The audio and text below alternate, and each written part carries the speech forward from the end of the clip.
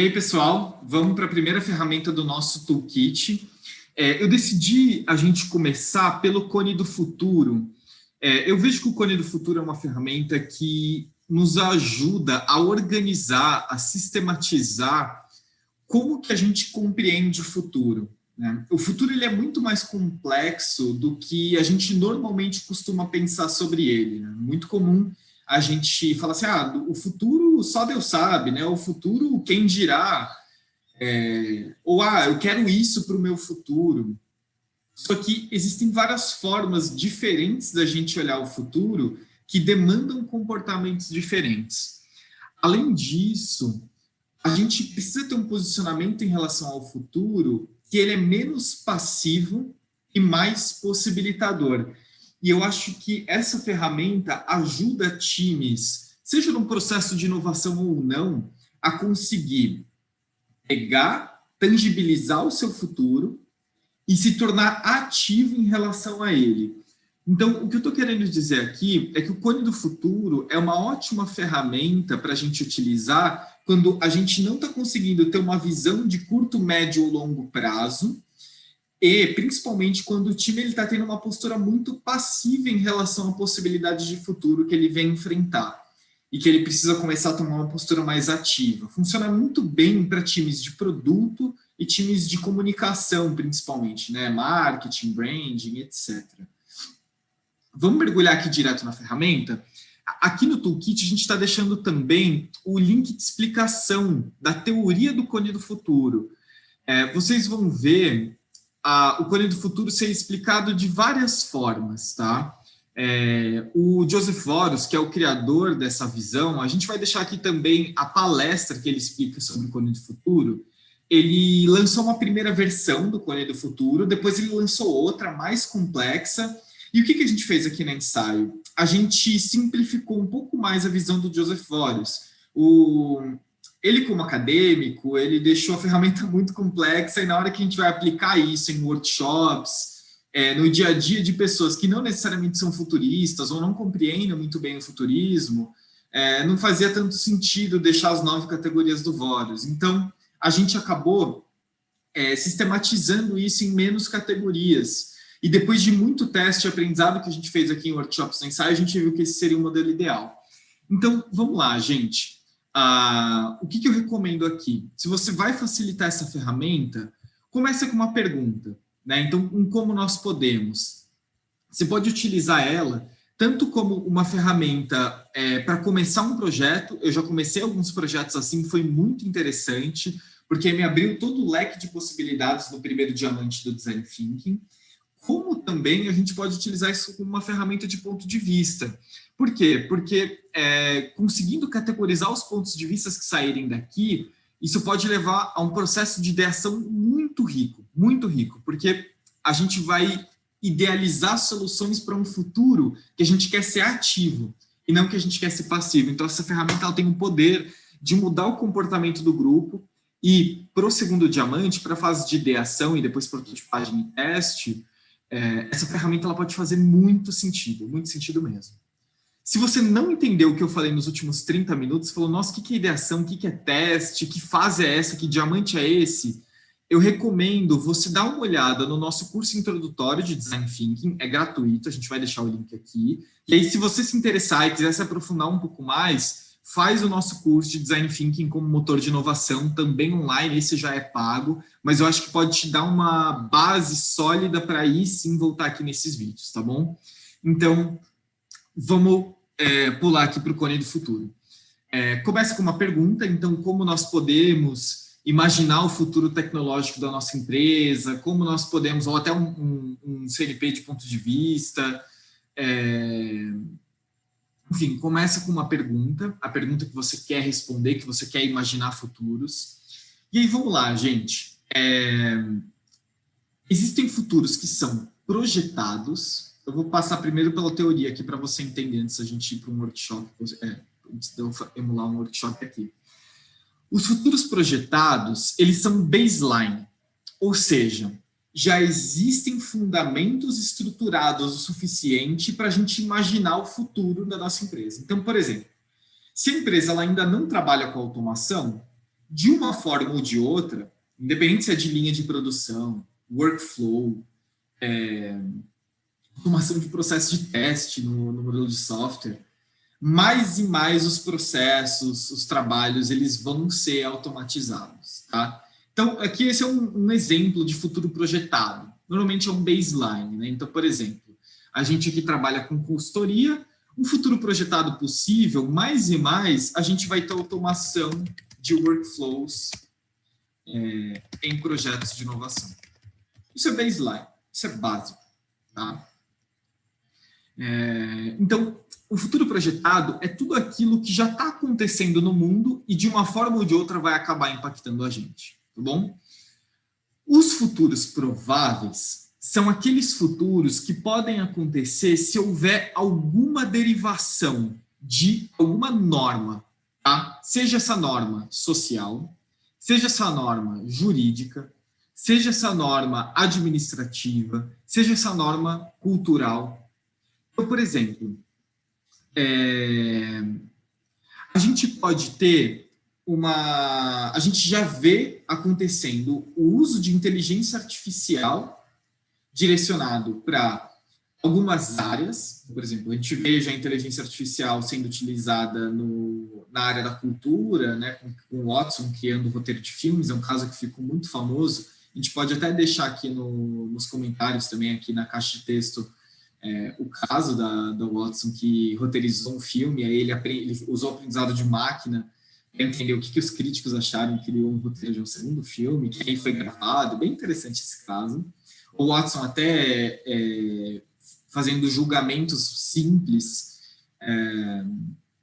no processo jurídico americano, mas pode acontecer alguma derivação de lei ou alguma derivação de uma norma social que o Watson ele começa a ser utilizado para orientar as formas de consumo que a gente utiliza hoje. Então, por exemplo, pode começar a ficar mais bem aceito o uso de inteligência artificial para orientar que tipo de produto a gente quer consumir. Então, é muito provável, então é um futuro provável, que os e-commerces, eles comecem, e isso já pode estar tendo, só estou usando isso como exemplo, já comecem a utilizar a inteligência artificial para demonstrar para o usuário que entrar ali no e-commerce só os produtos que fazem sentido de acordo com inteligência de máquina, de acordo com todos os padrões de consumo que ele vem utilizando, quais produtos que ele tem que comprar. E, sei lá, de 1.000 produtos que o nosso e-commerce tem, ele vai mostrar 4 ou 5, que é o que o Watson mostrou para a gente que vai acontecer. O Watson, estou falando da inteligência artificial. Então, esse é um exemplo, tá, gente? O futuro provável é quando precisa ter uma alteração, precisa ter uma derivação de alguma norma para que a gente encaixe isso como futuro provável. Então, por exemplo, né, falando sobre ensaio, um futuro provável que a gente vai começar a ver nos processos de inovação provavelmente outsourcing de times de inovação em projetos patenteados. Isso é uma coisa que eu já vejo como um futuro provável em 2 ou 3 anos, isso começar a ser uma tendência muito forte, né? Que normalmente projetos ou que geram produtos patenteados são muito rígidos, e aí as empresas preferem internalizar essa função em P&D, né? Em pesquisa e desenvolvimento. Mas eu vejo que mais e mais esse outsourcing já acontece, de time de inovação já acontece em iniciativas de branding, etc. Eu vejo isso começar a acontecer também com projetos ou produtos patenteados. Quando a gente vem para os futuros possíveis, a gente começa a ver futuros que ainda não são certos. Ainda são necessárias mudanças estruturais, tá? Então, não é só uma derivação de norma que a gente precisa de uma derivação da estrutura como um todo. Por exemplo, Uber, Airbnb, esses cases normalmente do Vale do Silício, normalmente são sobre futuros possíveis. São mudanças estruturais que ainda precisam acontecer para que ele venha a se tornar uma realidade. Então, por exemplo, o que a gente vê como um futuro possível, isso demanda uma mudança estrutural, que inclusive já está acontecendo, são processos seletivos afirmativos. Ou seja, né, processos seletivos orientados só ao grupo trans, por exemplo, em cenários de negócio em que esse grupo ele não está incluído. Então, são tipos de futuro que demandam mudanças estruturais, né? Lá atrás, alguém poderia falar assim, táxis não sendo mais a única forma de deslocamento. Né? A gente poderia, antes do Uber, ou, enfim, 99, etc., a gente vê isso acontecendo aqui. E existem os futuros inimagináveis. São aqueles que, normalmente, as pessoas falam assim, isso nunca vai acontecer. Isso aí é viagem na maionese. Né? Então, por exemplo, nos anos 90, ou até nos anos 80, entrega por drone, como já está acontecendo hoje com a Amazon, hoje, né, início de 2021, isso seria uma epifania, isso seria uma loucura, isso seria inimaginável. Então, o que pode ser inimaginável em relação ao seu CNP? Então, esses são os 4 tipos de futuro que a gente sistematizou, e existe o 5º tipo de futuro, que é o futuro desejável. Ou seja, dentro de todas essas possibilidades que a gente categorizou nos últimos 4, quais são aquelas que a gente quer viver? E quando eu falo que a gente quer viver, quais são os parâmetros que a gente analisa? O que está dentro do nosso padrão ético? O que está dentro das nossas possibilidades técnicas de serem executadas em futuro? Ou seja, às vezes o time não tem a técnica hoje, mas no futuro isso pode ser possível. E o que tipo de progresso social que a gente quer ver hoje no mundo? Então, são com base nesses 3 parâmetros. Como é que você facilita essa ferramenta? Então, só antes disso, antes de ir para a facilitação. O plano do futuro, então, ele tem essa figura, por quê? Porque a gente sai do presente e vai para o futuro, e quanto mais a amplitude do futuro, né? Então, por exemplo, o projetado ele é muito pequeno aqui, aí já tem o plausível, o possível, o inimaginável, ele vai aumentando o range, que são o range de possibilidades, né? Que são todas as formas possíveis. Quanto maior esse range, maior as possibilidades de acontecer. E aqui a gente pode estar falando, por exemplo, um futuro imaginável pode ser uma coisa que a gente não quer ver acontecendo, né? Mas ele pode ser um futuro inimaginável, né? Normalmente futuros distópicos eles se encaixam na categoria de inimaginável. E aí o futuro desejável, o futuro preferível, ele se encaixa em todas essas possibilidades, porque ele não está falando sobre o range de possibilidades, ele está falando sobre um julgamento ético, de progresso social e de capacidade técnica que a gente quer ter. Então ele não fala exatamente sobre as possibilidades, ele fala sobre o que a gente deseja, e é isso que é interessante, tá? Agora sim, como que a gente facilita?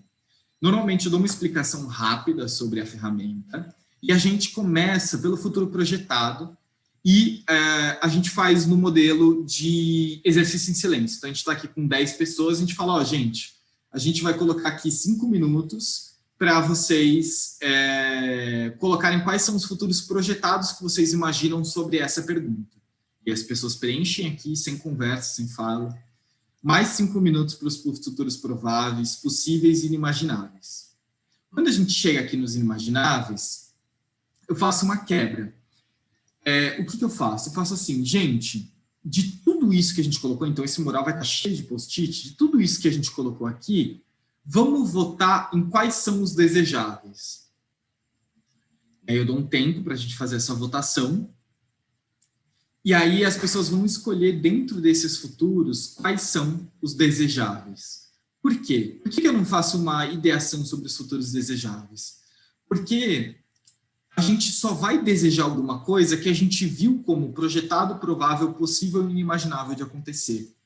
Se a gente tentar tirar uma coisa da cartola aqui, provavelmente vai ser alguma coisa que já está acontecendo. Então, primeiro eu faço esse processo de divergência, da gente imaginar possíveis futuros, prováveis futuros, futuros inimagináveis, para aí sim a gente ir para um processo mais convergente.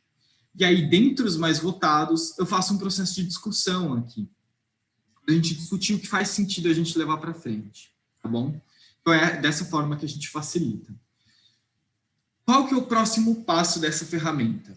Isso vai depender muito do teu projeto, claro. Vocês podem sair daqui com um futuro específico que vocês querem chegar, e o próximo passo ser um desenho de roadmap para chegar nesse futuro.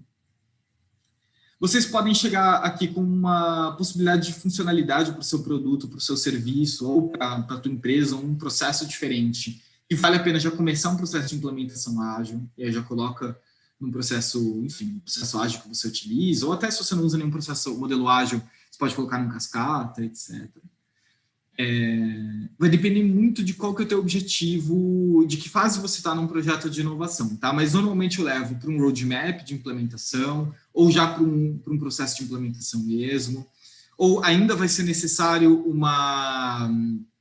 um refinamento sobre tudo isso que falou, então às vezes um processo de decisão realmente faz sentido, então levar essas possibilidades, às vezes levar 2 ou 3 possibilidades de futuro para um processo de ideação, para que vocês idealizem mais sobre esse futuro, qual vai ser o contexto, talvez a criação de um storyboard, de um conceito faça sentido, tá bom? Então, gente, basicamente é isso, Cone do Futuro. Eu falei sobre a teoria, sobre os inputs que você precisa, sobre os outputs que gera e como facilitar. É isso, gente. Qualquer dúvida que vocês tiverem, vão mandando comentários aqui, vamos conversando também. O backstage é uma ótima forma da gente conversar. Aqui a gente vai deixar todo o material para você já conseguir sair daqui facilitando. E é isso. Espero que tenha ajudado, espero que tenha sido bom. Manda um feedback também, o que você achou que a gente pode incrementar para a próxima ferramenta que a gente for abraçar aqui no nosso toolkit. Valeu, gente. Um abraço.